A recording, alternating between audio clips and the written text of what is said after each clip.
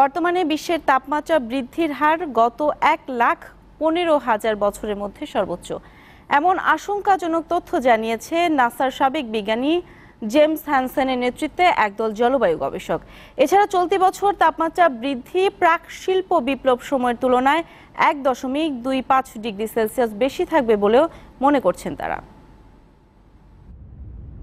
জলবায়ু পরিবর্তনের ক্ষতিকর দিক সম্পর্কে বেশ কয়েক বছর ধরে সতর্ক করে আসছেন বিজ্ঞানীরা। যুক্তরাষ্ট্রের মহাকাশ সংস্থা নাসার সাবেক পরিবেশ বিজ্ঞানী জেমস হ্যানসেন সহ 12 জন বিশেষজ্ঞের এক গবেষণায় বলা হয়, বিশ্বের তাপমাত্রা বৃদ্ধি গত 1,15,000 বছরের সব রেকর্ড ছাড়িয়েছে।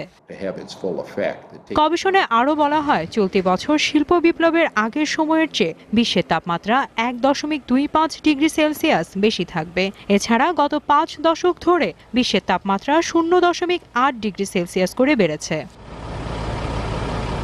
জলবায়ু গবেষকরা বলছেন, তাপমাত্রা বৃদ্ধির হার 1,15,000 বছরের আগের সময়ের অবস্থায় পৌঁছেছে।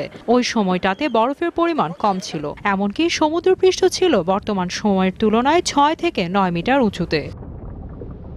ওই ধরনের আশঙ্কাজনক অবস্থা যাতে আর না ফিরে আসে, সেজন্য দ্রুত ব্যবস্থা নেওয়ার পরামর্শ দিয়েছেন বিজ্ঞানীরা। তারা বলছেন, এজন্য প্যারিস জলবায়ু চুক্তি অনুসারে দ্রুত কার্বন নিঃসরণ কমিয়ে আনতে হবে। তাদের মতে এজন্য প্রচুর টাকারও দরকার পড়বে। আগামী 100 বছর যার পরিমাণ হতে পারে 104 ট্রিলিয়ন থেকে 570 ট্রিলিয়ন মার্কিন ডলার। তবে বর্তমানে যে হারে কার্বন নিঃসরণ হচ্ছে, তাতে প্যারিস চুক্তির বাস্তবায়ন নিয়ে শঙ্কার কথাও জানান তারা। সাবরিনা আফরোজ, দীপ্ত, বার্তাকক্ষ।